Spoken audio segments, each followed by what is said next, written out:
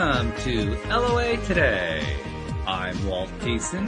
With me today, relationship life coach Cindie Chavez.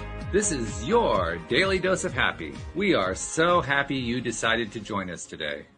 And we're especially happy that David Strickle is joining us again. It's been, like a month or something like that. But I like the fact that you keep coming back for more. It's like, perhaps we haven't tortured you enough. I don't know. Oh, this is torture. This is fun. I love being here. Well, it's great. And this is also excellent because this is, I think, the first time you and Cindie have ever met. And you guys are both co-hosts for, like a 6-month period, and I don't think you ever even saw each other. So this is kind of cool. Yeah, I think I was on one specific day every week for a while, right? Right. Yeah. Exactly. Yeah. So this is going to be good. Oh, I also have to kind of ask your permission about something. Because yesterday on the show, I don't know if you know, my Tuesday show is now done with Janine and Bridget, who are, of course, both in a boot camp. And we got to talking about how I've been trying to expand the concept of LOA today to being more than just law of attraction, making it more about life and the abundance of life. And it occurred to me that LOA has the A in it for abundance.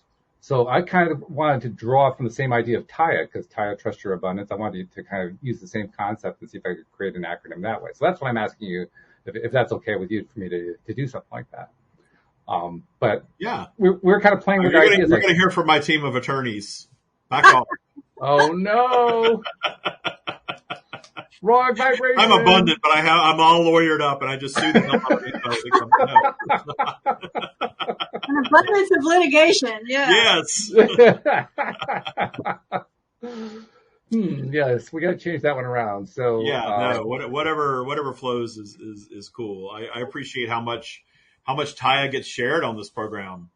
How many people have come into boot camp because of this program? So I'm very, very much in gratitude of you and your audience and your co-hosts and all of that, certainly. So I see Debbie G checking in with a woohoo, and she's suggesting law of abundance. Whoop, yep, that's good. Yeah.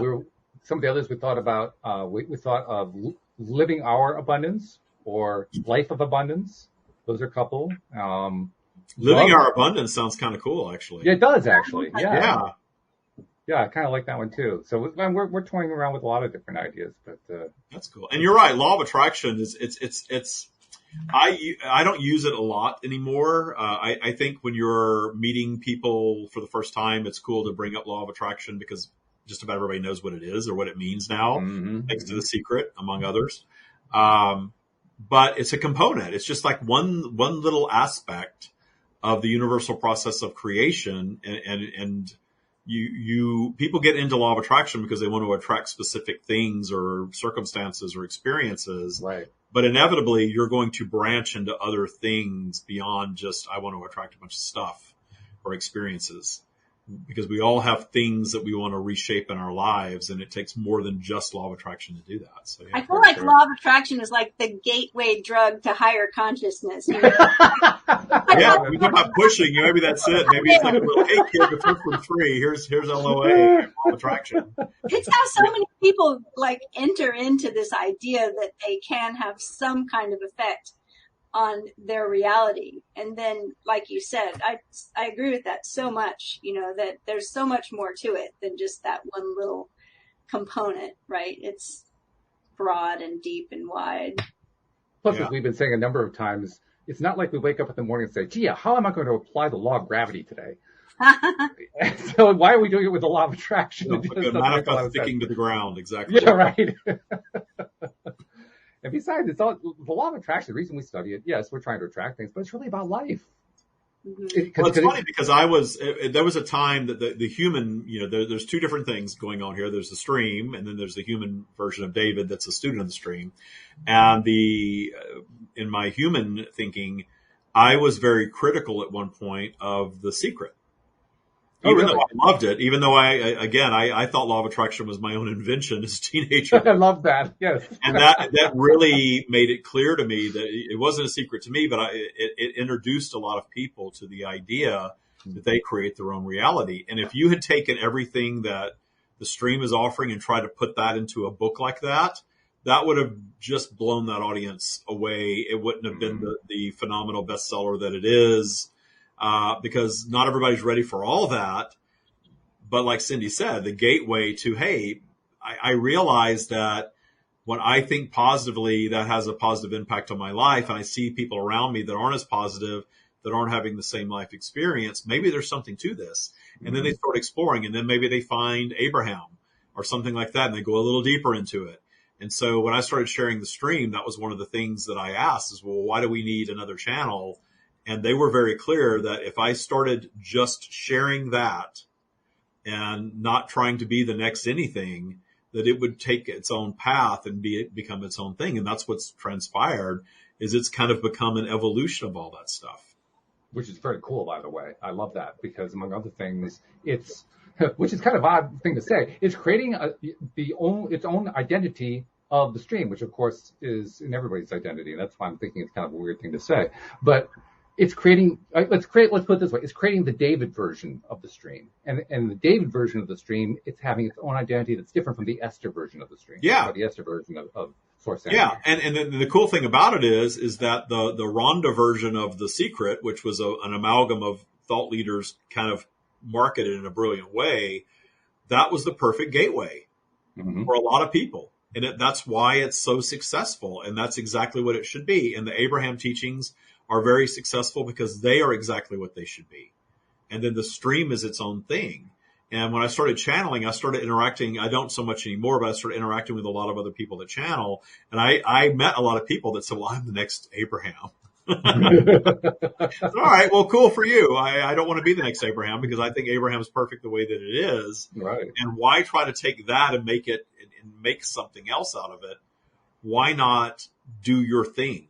Your own thing. And I love that we do that because there's, the world is a big tent of beliefs. This is true. There's not a one size fits all teaching, obviously. Just as well too, because like I said, actually calling it a big tent is probably too small. There are so many different kinds of beliefs on this planet currently, and that's just what's going on right now, not counting what happened over the millennia. And guess what? Every being is having their manifested experience regardless of the belief system. So there's no wrong. Yeah, that's the thing I love from the stream is that there's no wrong. You can be a devout anything and have your experience with it and be expanded in that experience, no matter what it is.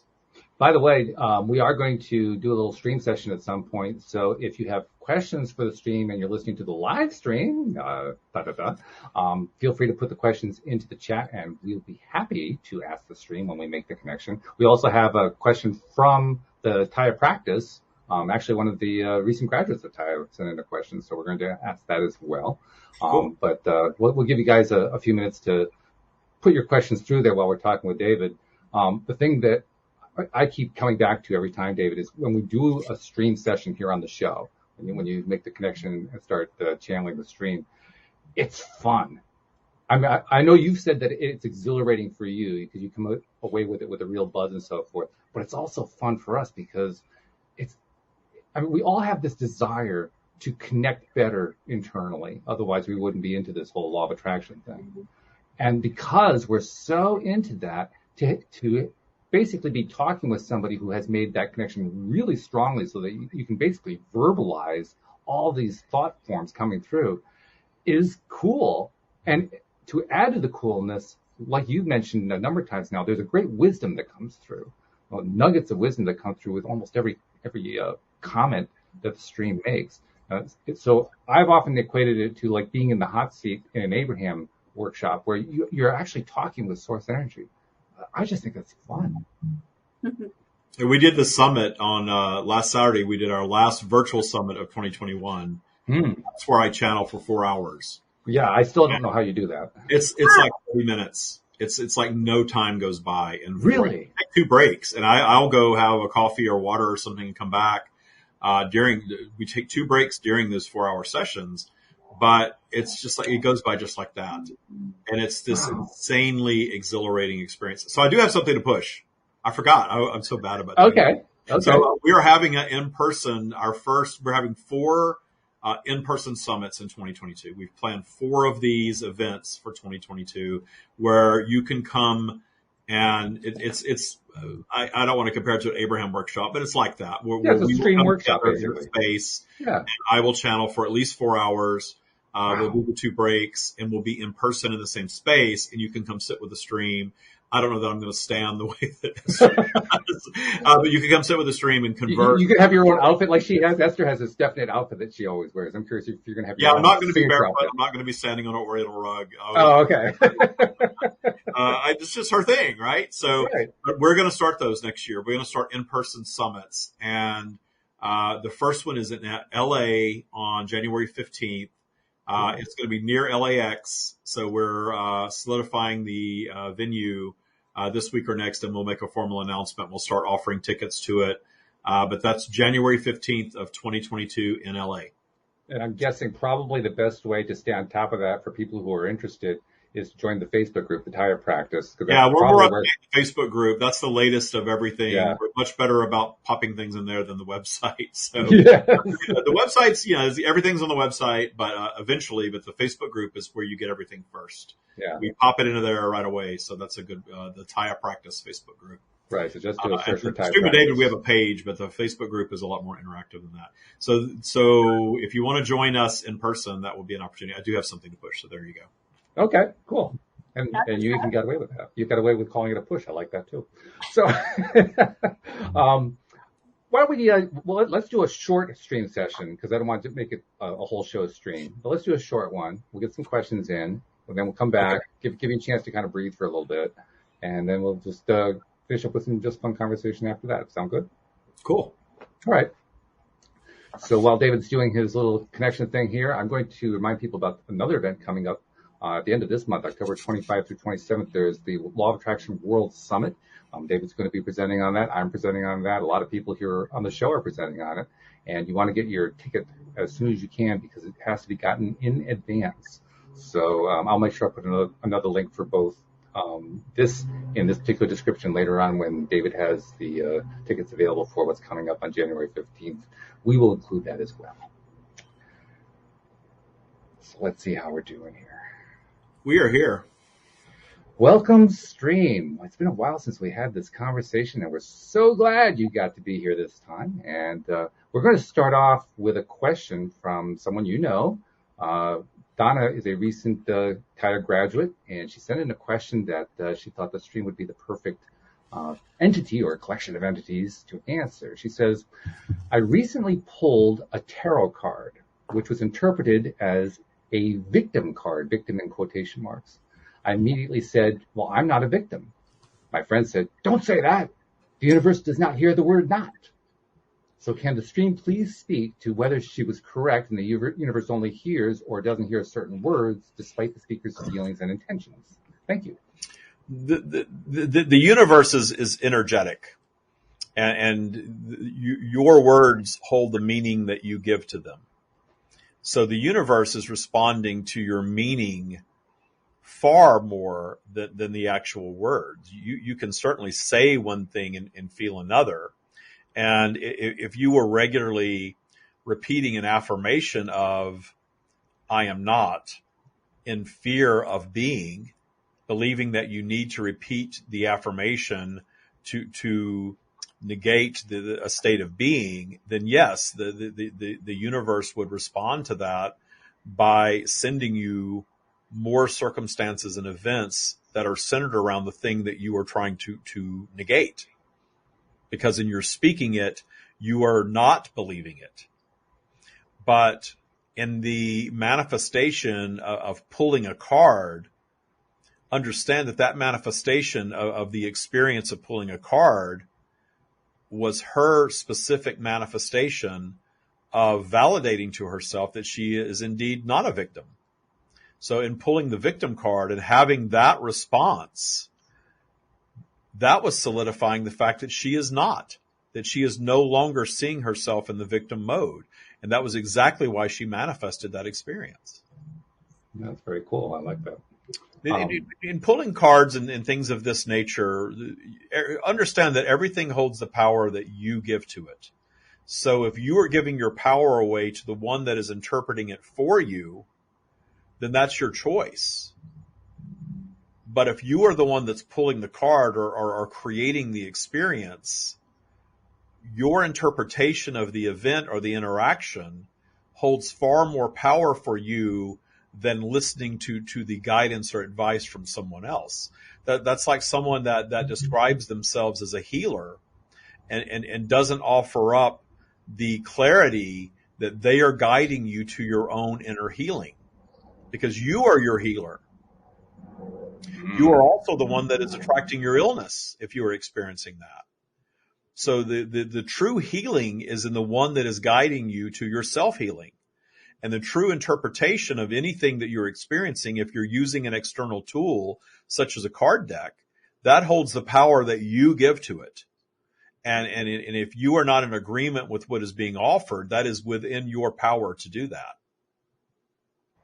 What you're saying reminds me of the idea that meaning is whatever we give to it, that there is no such thing as an objective meaning outside of ourselves. We're the ones who are creators. Indeed, because there is no one truth. There is no right or wrong. There is no singular path. You are in an energetic realm. You are expressing yourselves in physical in an energetic realm, but an energetic realm nonetheless. And there's evidence of that all around you. That is why there is no singular path. That is why there's no one opinion on anything. That's very good. I like that. Cindie, I'm going to ask questions, but feel free to jump in at any point if you got a question that you want to ask the stream. But I'm going to kind of continue this particular theme because I think it's an interesting one. And I also, I'm going to lead up to a point, 2 or 3 questions down the road. So we'll get there. But on the idea of us being in charge of our own experience through what we're vibrating to, we have a tendency as human beings to think of our experience outside of ourselves. In other words, we attribute what happens to the universe. The universe brought me something, or we think about it in terms of God brought me something, or somebody else did something to me, and they did it with or without my consent, or we externalize so much stuff. And I'm wondering, from Source perspective, how does Source think about that? The teachings or the belief system that is developed across humanity that there is an external force projecting experiences into your path without your involvement whatsoever, that is robbing you of your creative power. Your expression in physical is all about the experiencing of a physical environment, discerning your preferences in that environment, and operating through polarity, meaning there is polarity on all topics because polarity is omnipresent universally and certainly in a physical expression such as the earth environment. So you're moving through this ebb and flow of vibration. We refer to it often as vibrational flow. That vibrational flow is sending you on this journey of attraction. That is sometimes things that you discern as your preference and sometimes things that you do not. In fact, sometimes you are attracting things that you absolutely do not want. And you understand, those of you that are delving into this idea of the vibrational spiral, that when you are down in lower vibrational territory and you are fearing and not wanting, you are very often attracting exactly what you're fearing and not wanting. But in the attraction of the thing that you're fearing and not wanting, it's creating an opportunity for you to create. It's presenting that opportunity. You are attracting it in, and that is an opportunity for you to create a solution or a growth experience in.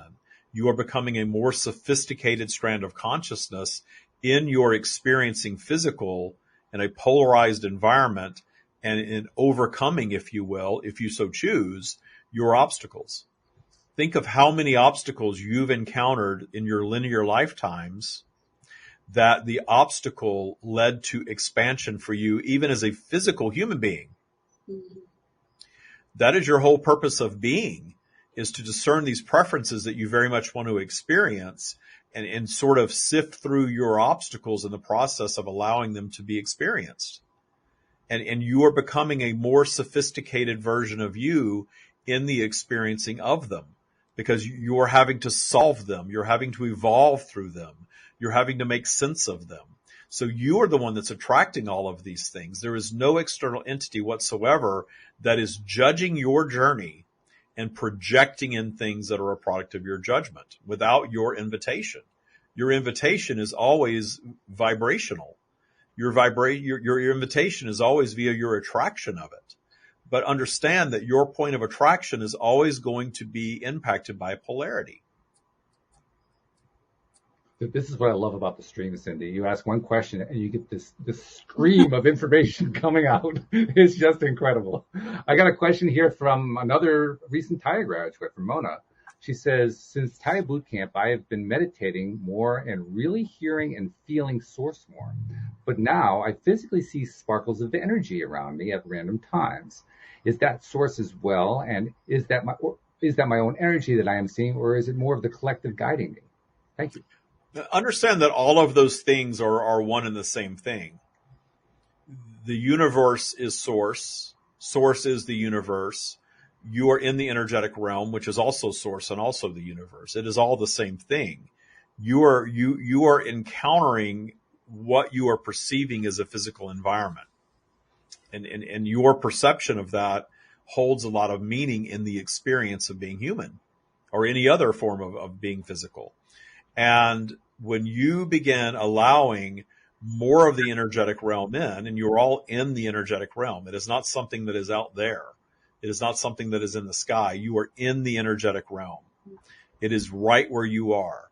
And when you manifest in physical, in this case, when you manifest as a human being, you are taught to ignore all of that energetic realm and to focus in 3D. And notice that small children have a freer relationship with the energetic realm. They have imaginary friends. They are experiencing and seeing things that the adults around them perhaps are not allowing. And it is being stated very often that is the imagination playing tricks. That is the it is all in your mind. That is all in your imagination.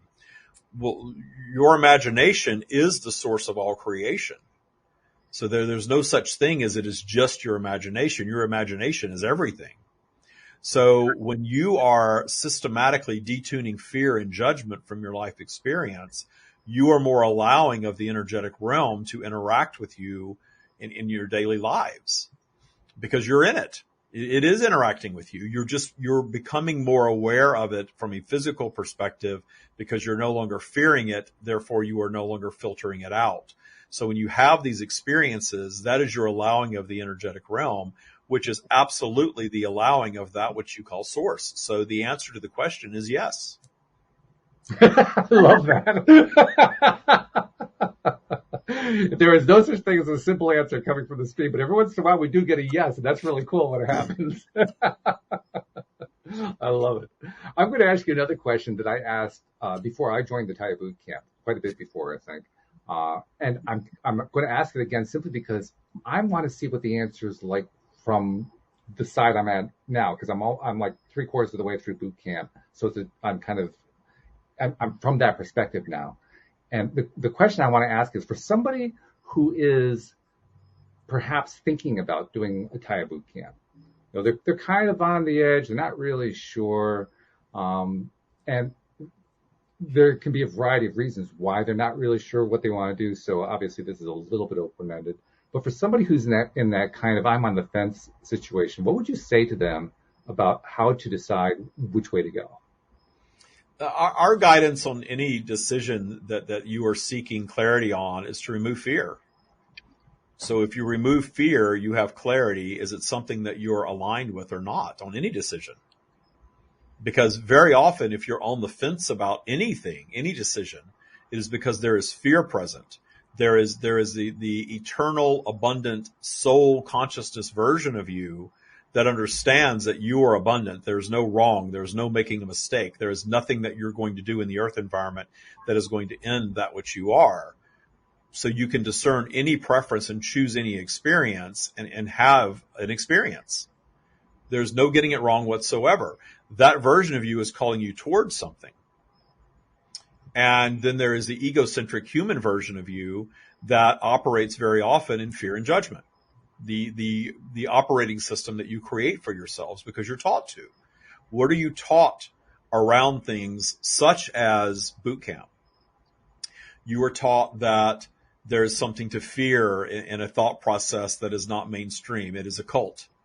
You are taught that if you dive into something like that and doing that work, you're going to experience perhaps pain or trauma or relive past traumas that are going to be a painful journey for you, and that's going to feel bad, and you should never feel bad. Therefore, you should avoid that type of work. You are taught that anything that has a financial commitment attached to it is a ripoff, and you're going to be taken advantage of, and you are throwing your money down the drain and that sort of thing. So think of all of the fear-based teachings that are around a decision such as that. Eliminate all of that fear, and then understand that you will have your own clarity, whether it's the path for you or not.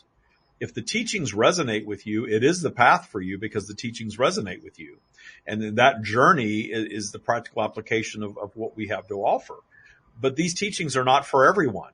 Not every physical being on your planet is in alignment with this level of thought. It's not where they are in their journey. So this is not something that we are guiding David to plaster billboards about and begin selling to the masses, because the masses aren't ready for all of this. But if you feel that you are ready for it and you feel that it is the right thing for you, especially when you're in your high vibrational state of being and you feel like it's the right path, and the only time that your vibration drops around it is when that fear presents itself, that is that inner saboteur that wants to hold you in the place that you're in, that place of comfort and familiarity where that portion of you can exist exactly as you have always been. But if you are seeking change and you are seeking transformation, you are seeking growth. And this is not exclusive to David's boot camp. This is not exclusive to that. This is regarding anything that you want to embark upon as far as a journey goes. Take fear away, receive your clarity, and understand that there is no wrong decision in clarity. Wow. That's fabulous. You know, you mentioned the word feeling, and Cindie, I don't know about you. As soon as I heard the word feeling, I kept thinking Neville Goddard, right? Yeah. Feeling is the secret, right? Yeah. And so I want to go to that word because what Neville taught us is that feeling is how you actually get to the place of really total thought and focus and belief, so you can actually manifest something in a relatively quick period of time. I want to know what the stream's perspective is on feeling. What role does feeling play in the way that you teach these concepts? In feeling, in regard to emotion, your emotion is an expression of your vibration. Your realization of your vibration is expressed in emotion. So that is the same thing as feeling. When you are in a high vibrational state of being, you know that you are in a high vibrational state of being. You are feeling good. You are feeling joyful. You are feeling hopeful, if not completely positive, and knowing. You know when you're there, and you know when you're anything less than that. When you are disconnected from that is your source realization. When you are anything less than that, you know you're there. You're feeling sluggish. You're feeling doubtful. Fear is creeping in. Unwanted negative emotions that drag your vibration down and are expressed in the way that you feel. That is your barometer for exactly where you are vibrationally. You all have it. You all have that inner barometer so that you know exactly where you are vibrationally at all times. Very often you choose to ignore it and you get into get it done mode and you are just moving through life through much of your day. But if you stop and look around at what your manifested reality is, it is an exact reflection of your default vibration. So if you don't like what you're seeing when you take that look around, understand that the path to changing it is always going to be in changing your default vibration. You change your default vibration by taking away the things that drag your default vibration down. Your transgressor energy, the way you're judging, we speak very often of being where you are in the pyramid on a topic.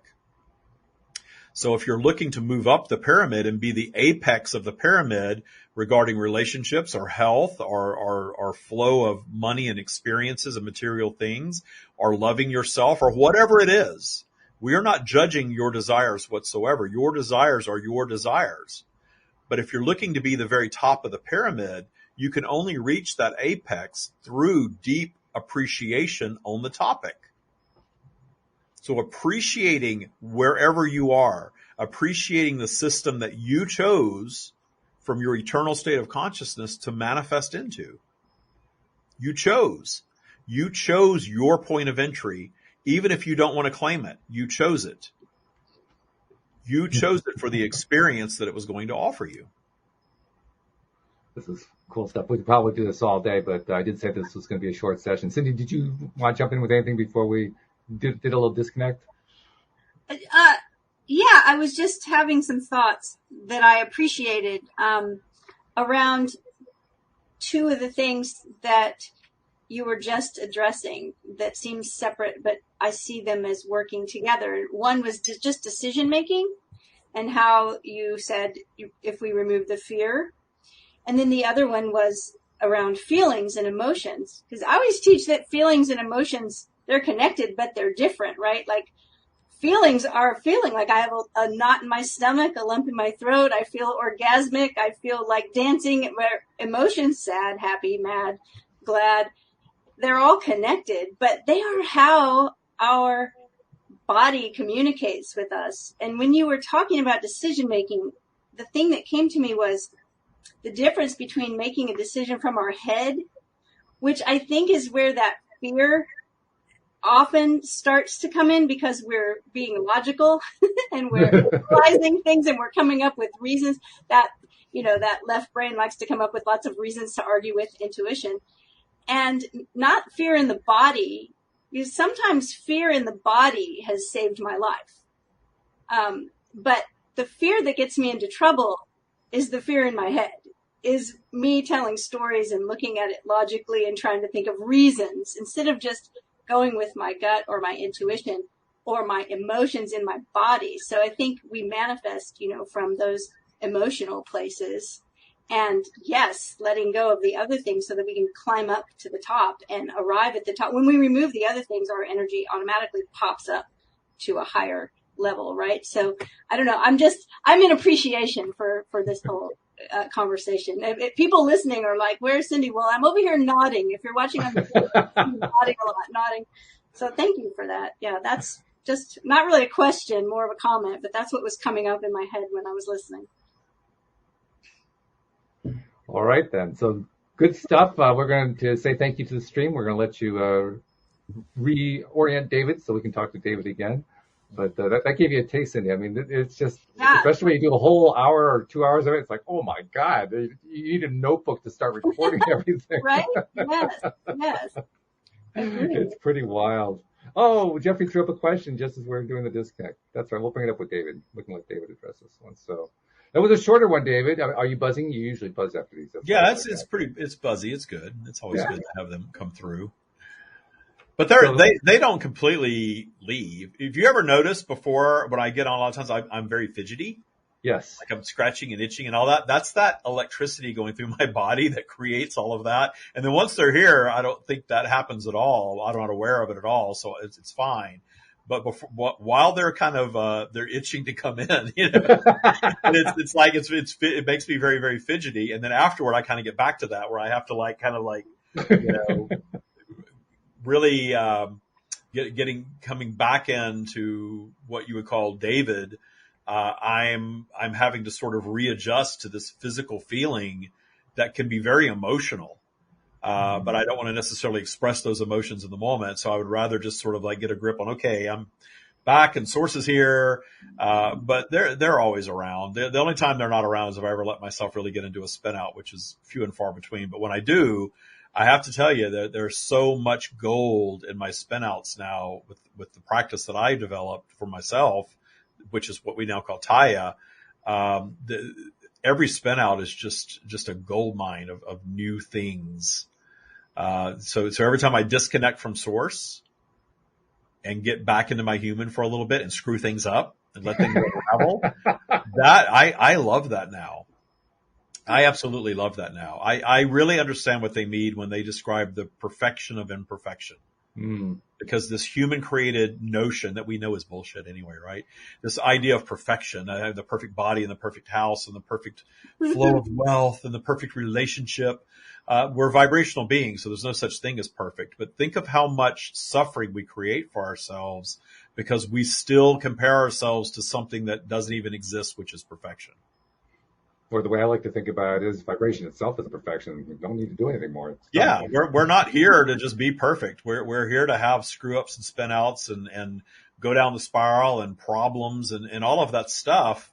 Because if we don't have that stuff, we think about it in human terms, we get bored. True. If we don't disrupt, the disruption is going to happen naturally if we don't do it intentionally. I was thinking about, I often compare life and think about life as a game. I'm a gamer, so that's the way I think about it. There's a channel in the human design chart or a gate that's called the game playing channel. And I have that in my chart. When I saw it, I cracked up because I'm always involved in that. But I think about, what if you started playing a game and there was no challenge and no obstacle? Mm. It would not. Or even a novel. Think about it. What novel doesn't have an arc of a challenge to be exactly. It just be boring as you don't have right? a story if you don't have a challenge, right? Yeah, exactly. It's true. Yeah. It's true. Jeffrey asked a question, but he asked to be while you were doing you're coming back into David form, so we couldn't ask the stream. But I'm going to bring it up to the two life coaches here. So, because David, you're a coach too. He's asking, can you talk about the feeling of everything falling into place in perfect timing? There's the word perfect again, by the way. Everything falling into place at a perfect timing is what we describe as best possible outcome. Understanding that there's no right way to manifest anything, any material thing or experience or relationship or anything like that. There's no, I'm going to do it just like this and I'm going to plan it out. Because when you are needing to plan something out and needing it, we really dive into that. Anytime the word need pops up, that should be like a little flag of like, oh, wait, why do I need that? Why do I need that? Do I really need that? Do I really need it to unfold exactly this way? And I use my sharing of the stream as an example. When I you've all heard the story a million times. I quit my corporate job in 2017 and decided to share the stream. I didn't know how I was going to do that. I had a podcast, The Stream of David, which I still have, and I had an unpublished book, and that was it. And then suddenly and I was very much guided, instead of sitting down and doing a business plan, which I did, to just do it, just quit, just leave your damn job, just quit, take your 401k, your savings, whatever, leave your job, and everything's just going to work out. And I did. I trusted my abundance enough. Finally, it took me a little time to get there. I trusted my abundance enough to just leave. No plan, nothing. And still, living in $1 million house and driving a $1 million car and having all the bills that went around all that. No plan whatsoever. And then this situation just presented itself to me where someone offered to teach me how to do an online course. And I remember thinking, I'm not going to do an online course. That's cheap. What are you talking about? An online course? Because I used to remember the guy with the Lamborghini that was always on YouTube? Oh, yeah, right. You remember that? He's very famous. I'm not going to say his name, but I just equated it to that. I'm like, oh, no, I don't see me standing in front of a Lamborghini saying, hey, I'm going to teach you how to get rich in 30 days. It just didn't feel right to me. I was very judgmental about it. And I stepped away, and the person was so cool. The person that was selling me this course, she said, why don't you go meditate about this and get some clarity and come back to me? It's exactly what I needed to do. And it was sort of like I went to the stream, and the stream said, hey, dumbass, this is the opening up for you. Pay attention to it. And just go with the flow. So I set aside my judgment, and I got in, and I created a course, and that course turned into the Taya practice. Mm-hmm. And I would have never plotted it that way. I would have never sat down and planned out, I'm going to teach a course. I was sort of thinking, I'm going to write some books. I'm going to do these in-person things, and now it's taken me how many years to get to where I can do in-person events. Right. And you know what I realized after about a year into COVID, I realized, God, if I had followed the sort of Abraham business model, of course, she's been doing it for 30 years, right? Yeah. I would be out of business. True. I wouldn't be able to share the stream and do it full time. I'd have to go have some job probably, or some way to manifest money. I don't know. But I wouldn't be the thing that it is now if I had never done this online thing that has blown up into the Taya practice. And it's something I was able to do even more so because of COVID. That's the universe pampering me, right? That was me getting out of the way of the universe and letting the universe deliver something more magnificent than I could have ever come up with. So to kind of, I guess that kind of answers the question. Everything falling into place in perfect timing. Did my ego want it to take 5 years to get to where I am right now? No. My ego wanted my first book to be a New York Times bestseller. Well, that didn't happen, but it's all cool now because I'm like, oh, wow, look at what transpired. And if that would have happened that way, maybe I would have gone out touring and been doing workshops and then been completely shut down during all of 2020. And instead, I was in here doing this in my little gray box and all of 2020, helping people transform their lives and having a whole lot of fun doing it. So cool. That's everything falling in perfect timing for sure. It's just getting out of the way of the universe and just letting best possible outcome be your way of life. Cindie, did he leave you any room to answer? Yeah. I'm going to answer in a very literal way the question. Can you talk about the feeling? And I think that the feeling, if I had to name the feeling of everything falling into place and perfect timing, it would be relief. Because that feeling of relief is like, oh, everything just fell into place. This is the perfect timing. And so I have my own belief that the timing is always perfect and that everything is always falling into place. And when I remind myself that, because I'm not always conscious of that. So when I bring myself back and remind myself that every moment is perfect and that everything, I am in the right place at the right time, doing the right thing, I can experience that feeling of relief all the time.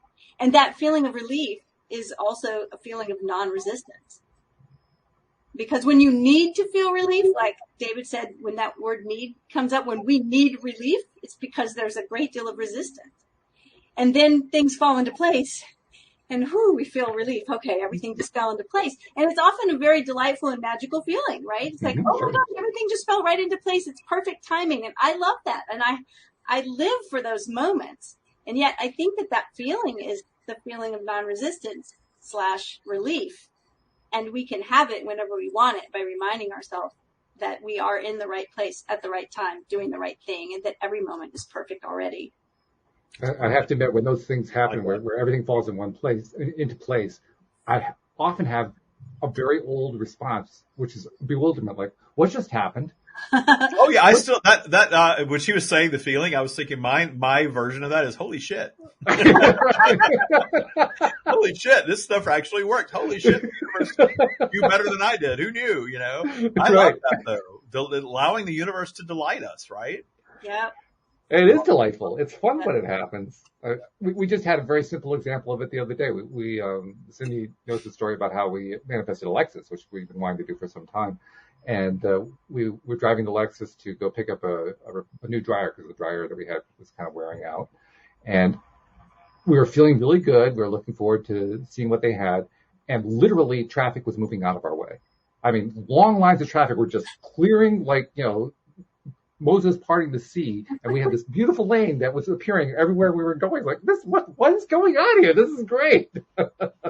I love that. The little things that we manifest in our day-to-day life bring so much more joy than that big stuff that we think we need. I think so. And again, the big stuff is cool. I always say that. Don't think that I'm talking anybody out of big stuff. You can have your big stuff. I like big stuff too, but the little flashes of joy throughout the day of just appreciating all those little things. And then suddenly that just becomes your new way of life. You called yourself a magician. I noticed, Cindie. That's magical, right? Yeah. When you understand how magical you are. Absolutely. Yes. And that it's, like you said, it's like a constant thing. Something happened right before the show today that was kind of that synchronistic, magical thing. And I was excited about it. It's a small thing, but I was telling my husband, and my husband says to me, he's like, you're going to have to do better than that. Like, that's what now. This is you all the time. So now we need something, The standards are higher. More stimulation. Oh, that's funny. All right, Jeffrey's got a follow-up question, so let's see if you guys can tackle this one. And Cindie, I think I'll have you go first on this one. How do you identify those feelings where there seems to be a swirl of emotions when it happens? I don't think that it's important that we identify them. As soon as we start to want to identify them, we're in our head. So I think we just need to experience them. because whenever we name something that we're getting close to judgment, right? That's like, and sometimes we need to have good judgment, but experiencing emotion, it's an experience and it's in the body, and it is how we manifest. So I'm moving myself away from having to identify those feelings at all. And that's not easy for me because I love to analyze the hell out of everything. And so for me now, in the last year, what I've been recognizing is that I don't have to get up in my head about it. I just experience it. Emotions are a wave. It's energy in motion. It passes through our body. Just experience it and let it move. And so that might not be real helpful for you right now. You're asking, how do you identify? But my answer is I don't. That's cool. I think that's a good answer. You don't have to do anything. And I like what you brought up, judgment, because in Taya, we're all about detuning fear and judgment. So when you're judging something as this shouldn't be or this should be, then you're not allowing the experience. So your response was great. Yeah, I think that our level of consciousness is directly related to our lack of judging. The more we judge, the lower that energy level is. And so I'm working on it. I'm a work in progress, but I'm working on not identifying those things. Well, people get into spiritual teachings and inevitably, especially law of attraction, and they think that being down the spiral or in low vibration is bad. And in the beginning of boot camp, when you get into Thai boot camp, and Walt can tell you this, it's all about how to raise your vibration. And then you kind of end up in a space where you can do that. Here's some tools that you can do that if you choose to do that, but you don't have to do that. You can appreciate and trust vibrational flow, because Taya, there are no teachings that are going to solve vibrational flow, because it creates our reality. That flow of vibration creates reality. It expands reality. It expands the whole universe, because we are experiencing things that we don't necessarily like, and we are growing through them. And in growing through them, we are expanding the universe and our expansive experiences. So you're right, getting away from the judgment of, oh, well, I shouldn't be feeling this. I'm in spirituality now, so I'm not allowed to, judge anyone ever. Well, you're just not going to get there. But you can detune, you can do less, you can have your default vibration go higher as you do work. And in the beginning it's work, and then it becomes not work. It becomes fun. I love uncovering hidden transgressors. Anytime I have a spin out, and this is something that we teach, that humanity by and large, we go down in vibration and we have an obstacle, whether we solve it or not, polarity is going to pull us right back up. And when we go into that higher vibrational space, we're taught to don't think about that thing. Don't think about that lower vibrational period. You don't want to think about that. You don't experience that pain again. You're up here now. You just want to stay up here. And that's why things never get solved across humanity or in our lives. But in Taya, we learned that, wow, as soon as we find appreciation for that low vibration, that obstacle, just for it being like what you were saying, then we automatically go up into higher vibrational territory where we're capable of new thought and creation. And then we can explore that if we want to, and explore what caused the trigger. What was I experiencing when I was down there? Is that something I want to detune? Find appreciation for. And if I find appreciation for it, I'm not going to have that same experience with it again. And the triggers get taken, at that point, the triggers are detuned, which is great.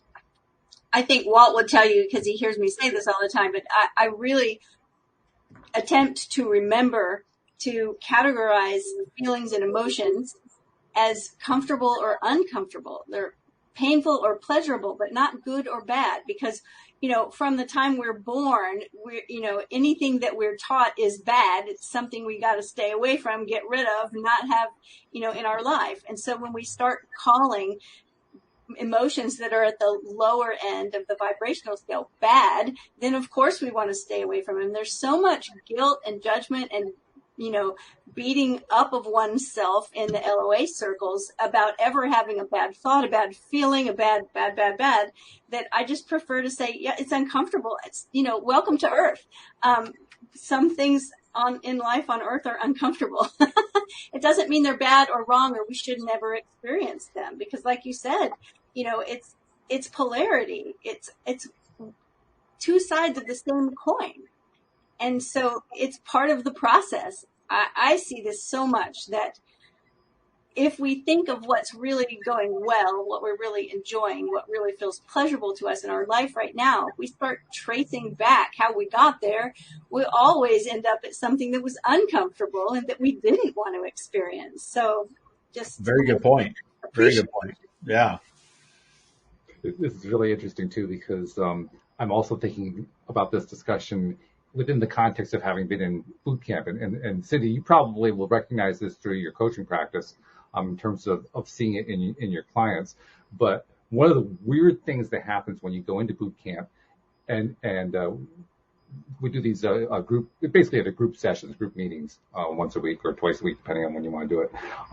And in these sessions, we do what we call a check-in, basically how you doing, what's going on with your, how far are you in the modules, all that kind of stuff. And very often what comes out of a check-in is, somebody had a spin out, something was going wrong, they're struggling with something, whatever.